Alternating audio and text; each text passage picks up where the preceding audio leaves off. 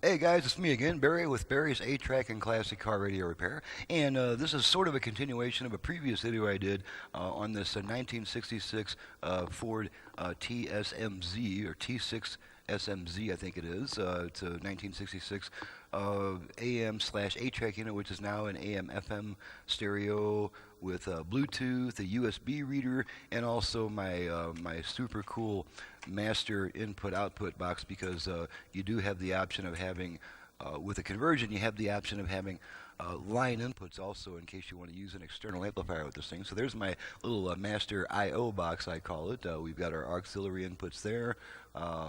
Got our front and rear, left and right, plus a subwoofer output, which is active at all times, and you can feed that into an external amplifier if you want super duper power. And one thing that I need to point out on this particular model is most of your rotary controls have a rotational range of about 310 degrees. You got your volume control here, your balance, and on all your home stereo equipment, your rotary knobs cover almost turn all the way around.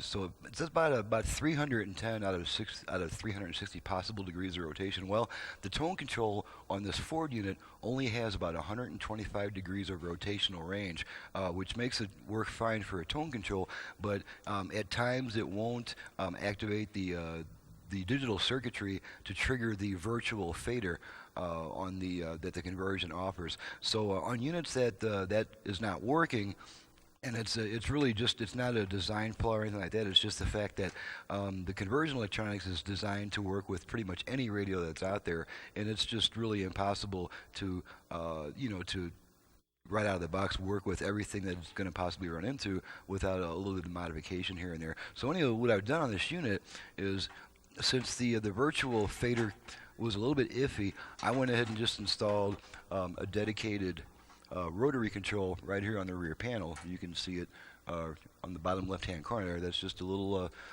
pod. Since the front rear fader is not one that you're probably going to use a whole lot anyway, I just went ahead and add that. And of course, that's going to be much more consistent.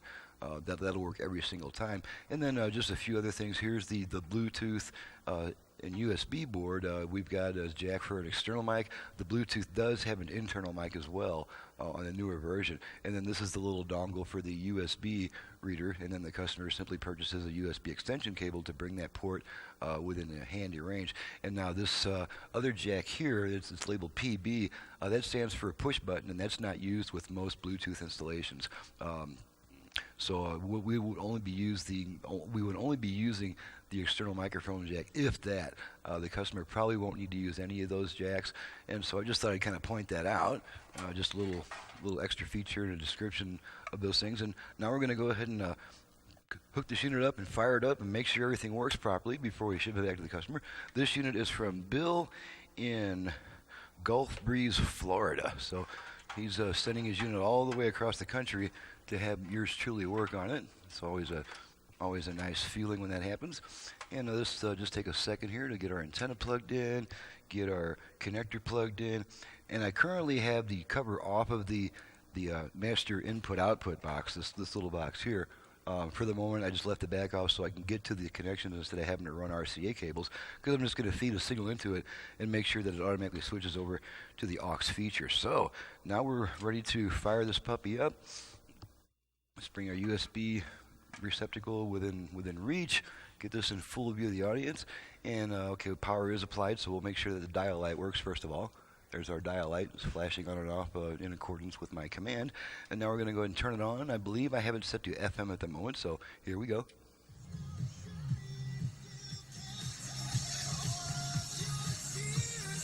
And we're just going to run it all the way down the dial and see how many FM stations we pick up.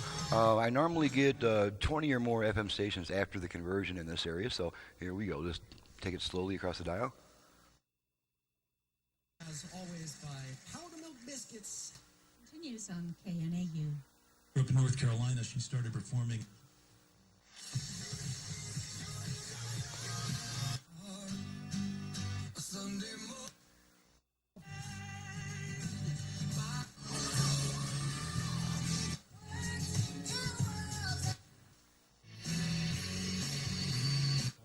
FM, KBDL. Okay, it's 12 so far. The opposition is boycotting this vote.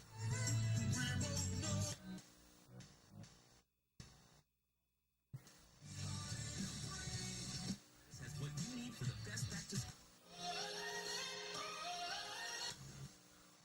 Don't give up.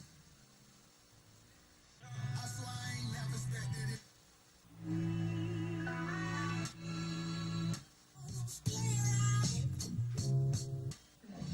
As I said, nothing. Restaurant-style dining. Come and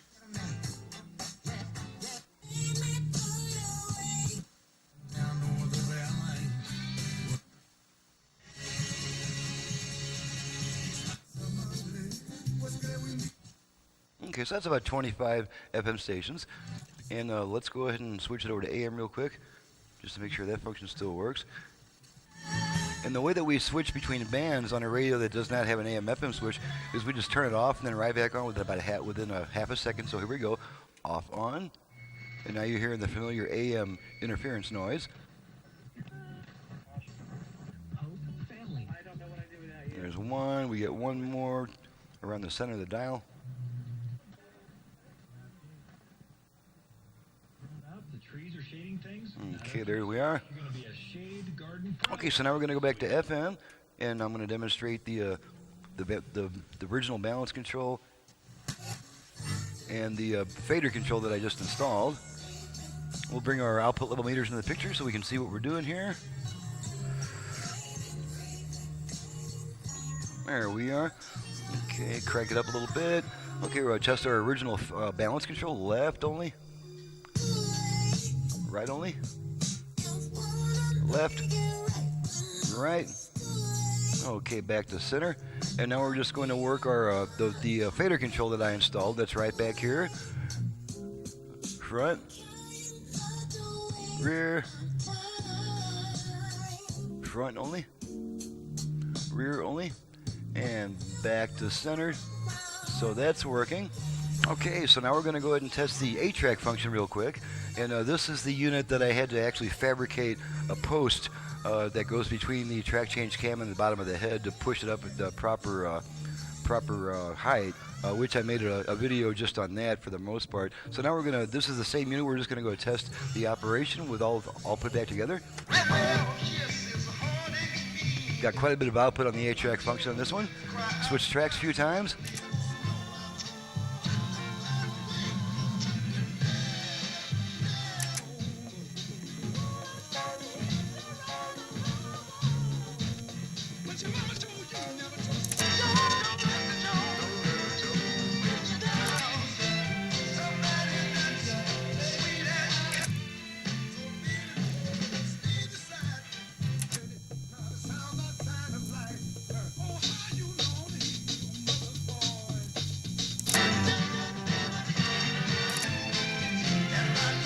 Okay, so we can see that the 8-track works, and the radio comes right back when we remove the 8-track function. Now, after we use the aux input, the radio will take 20 seconds to come back, and that is due to a VOX circuit, VOX, voice-operated switch, that's designed to hold on to the aux signal a little bit longer than it really needs to, and that is to ensure that the radio is not going to be constantly switching back and forth between radio and aux between songs and during quieter music passages. So here's our, let's go ahead and we'll keep our meters hooked up, and I'm going to feed now your typical aux signal from any type of device, portable audio device that's designed to drive a pair of headphones.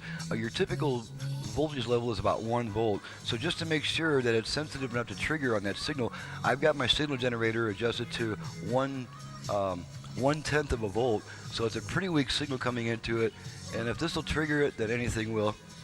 And I'm just going to go ahead and hook it to the internal connections real quick just to make sure it's going to switch. This is just going to be a test tone, just a quick beep. Okay, I'm using the wrong jacks. Let's try these instead. Okay, there's one side, and there's the other side. So there's our aux signal working, and as you can see, the radio is delaying, taking its 20-second delay. If you don't like the delay, just turn the radio off and right back on. It'll cancel that delay. And in this case, I'm just going to go ahead and let it time out by itself.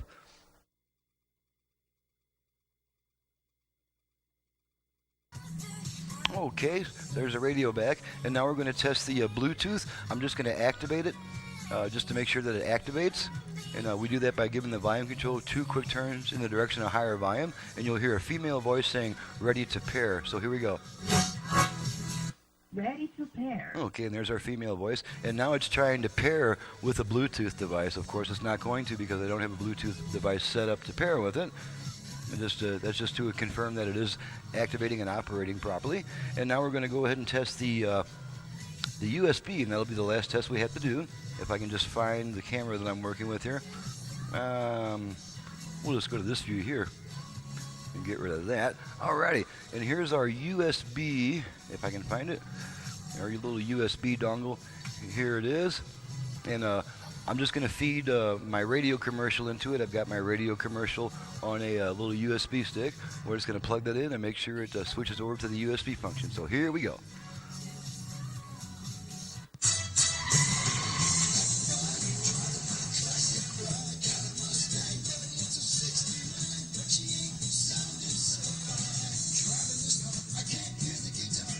Okay, so you get the idea.